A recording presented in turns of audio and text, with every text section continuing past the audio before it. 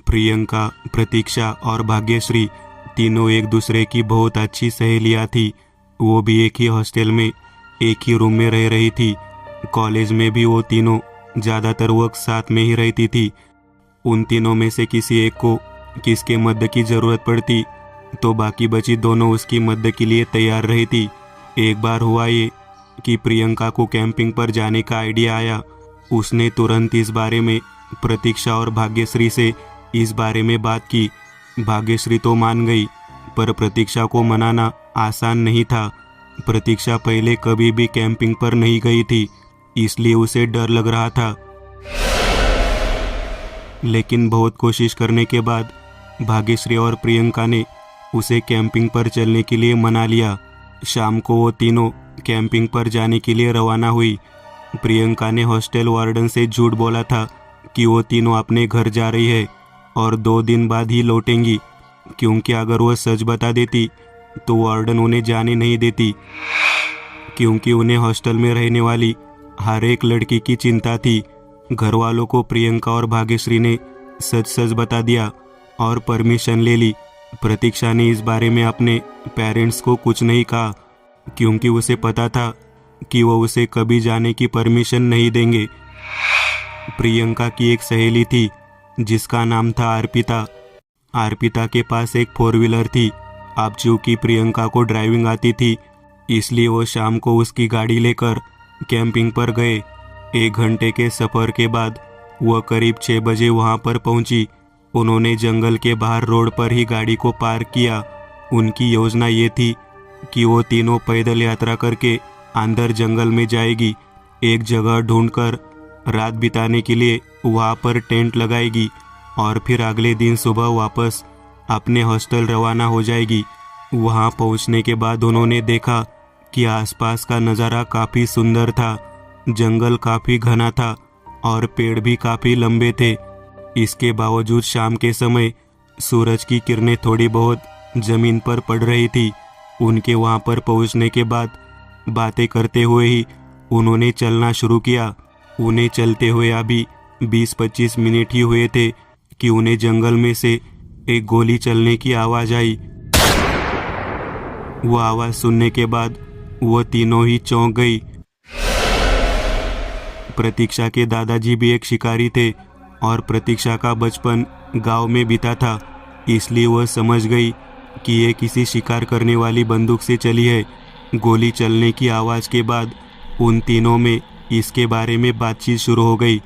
भाग्यश्री ने कहा, ये क्या था? लगता है कोई जंगल में शिकार करने आया है, लेकिन यह भी तो हो सकता है ना कि कोई आदमी किसी दूसरे को मार रहा हो। मुझे नहीं लगता, क्योंकि ये गोली शिकार करने वाली बंदूक से चली है। तुम्हें इतने यकीन के साथ कैसे कह सकती हो? क्योंकि मेरे दादाजी भी एक शिकारी थे। मैं गांव में पली बड़ी हूँ, इसलिए बता सकती हूँ। हाँ, तुमने एक बार इस बारे में मुझे बताया था। एक काम करते हैं, थोड़ी देर यही रुक जाते हैं। हो सकता है जिसने भी अभी गोली चलाई है वह अभी हमें दिख जाए। भाग्यश्री के ऐसा कहने पर प्रतीक्षा और प्रियंका ने हाँ में अपना सिर हिलाया। वो तीनों वहीं रुककर इंतज़ार करने लगी कि जिसने भी अभी गोली चलाई है वह उन्हें दिखेगा, लेकिन कोई भी सामने नहीं आया। थोड़ी देर रुकने के बाद जब कोई भी नहीं दिखा तो इस बात को नज़रअंदाज करके वो तीनों आगे बढ़ने लगी। इस घटना से वो प्रियंका और भाग्यश्री ज़्यादा डरी नहीं, क्योंकि उन दोनों के लिए जंगल में घूमने का अनुभव नया नहीं था। लेकिन प्रतीक्षा को डर लग रहा था। उसने बताया तो नहीं, लेकिन उसके चेहरे के हाव भाव से उन दोनों को ये बात साफ समझ आ रही थी कि वो डरी हुई है। उन दोनों ने उसे समझाया और फिर हंसी मजाक करते हुए वह सब आगे बढ़ने लगी। आगे चलते हुए उन्हें एक झरना मिला। उस झरने के पास रुककर उन तीनों ने बहुत मस्ती की। मजाक मस्ती में उन्हें पता भी नहीं चला कि कब रात हो गई, इसलिए उन्होंने उसी झरने के पास टेंट लगाने का फैसला किया। वही पास में खाली ज़मीन थी, वहाँ पर प्रतीक्षा और भाग्यश्री ने टेंट लगाए, तो वही प्रियंका ने लकड़ियाँ इकट्ठा करके आग जलाई। इसके बाद वहाँ का वातावरण एकदम ही बदल गया। झाड़ियों में से जुगनू निकल आए और साथ ही कीड़े मकोड़ों की आवाज़ आने लगी। इतना सब कुछ उस जगह को सुनसान बनाने के लिए काफ़ी था। इसी में उन तीनों ने बहुत मज़े किए, मस्ती की, चिकन बनाकर खाया। रात के करीब 10:30 बजे वो तीनों अपने अपने कैंप में सोने चली गई। प्रियंका और भाग्यश्री एक टेंट में सो रही थी। वहीं पर उन दोनों का सामान भी था। प्रतीक्षा दूसरे टेंट में सो रही थी। बेशक कैंपिंग का ये उसका पहला अनुभव था, लेकिन इतने मजाक मस्ती में उसे लगा हुआ डर भी रफा दफा हो गया था। देर रात को करीब 1 बजे खरोच आने की आवाज़ से प्रतीक्षा की नींद टूटी। उसे ऐसा लगा मानो टेंट के बाहर कोई है। दूसरी ओर प्रियंका को भी वो आवाज़ सुनाई दी, मगर उसने उस पर ज़्यादा ध्यान नहीं दिया। उसे ऐसा लगा कि कीड़े मकोड़ों की आवाज़ होंगी, लेकिन तभी उसका ध्यान अपने पैरों की तरफ गया। टेंट के अंदर आने का रास्ता एक जीप के जरिए बंद था, लेकिन तभी उसने देखा कि कोई बाहर से जीप खोल रहा था।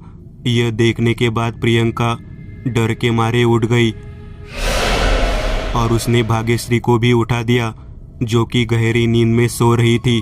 भाग्यश्री उठो, कोई हमारे टेंट के बाहर है क्या? इससे पहले कि वो दोनों समझ पाती कि क्या हो रहा है, एक गंदी बदबू उनके टेंट के अंदर फैल गई।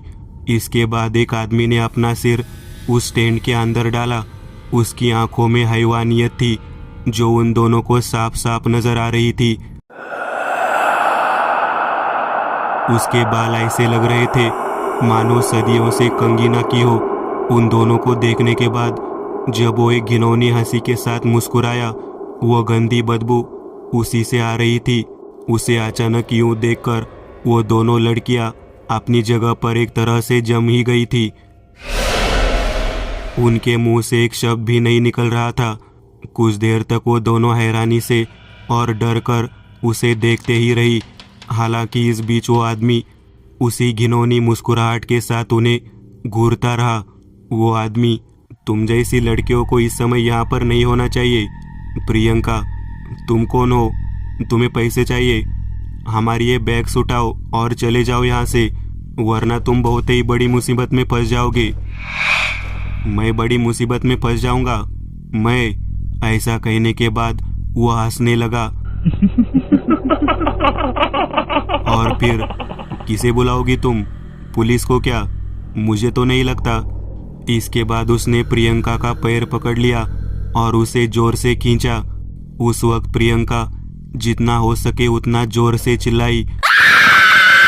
जब वो उसे खींच रहा था, तब दूसरी तरफ से भाग्यश्री भी प्रियंका का हाथ पकड़कर उसे अपनी ओर खींच रही थी, मगर वो आदमी कुछ ज़्यादा ही ताकतवर था, इसलिए उसने आसानी से प्रियंका को टेंट के बाहर खींच लिया। इसके बाद प्रियंका कुछ समझकर संभल पाती, उससे पहले ही उस आदमी ने उसके पेट पर जोरदार लात मारी। वो लात इतनी जोरदार थी कि प्रियंका की आंखों के आगे अंधेरा छा गया। उसे असहनीय दर्द होने लगा। यह सब इतनी जल्दबाजी में हुआ कि भाग्यश्री को समझ ही नहीं आया कि वो क्या करे। प्रियंका को लात मारने के बाद वो आदमी भाग्यश्री की ओर बढ़ा। प्रियंका को उसकी चीख सुनाई दी, पर वो ऐसे हालत में थी कि वह चाहकर भी उसकी मदद नहीं कर पा रही थी। प्रियंका को लात मारते हुए प्रतीक्षा ने अपने टेंट से देख लिया था। जब वो आदमी भाग्यश्री की ओर बढ़ा, तब तुरंत प्रतीक्षा अपने टेंट के बाहर आई।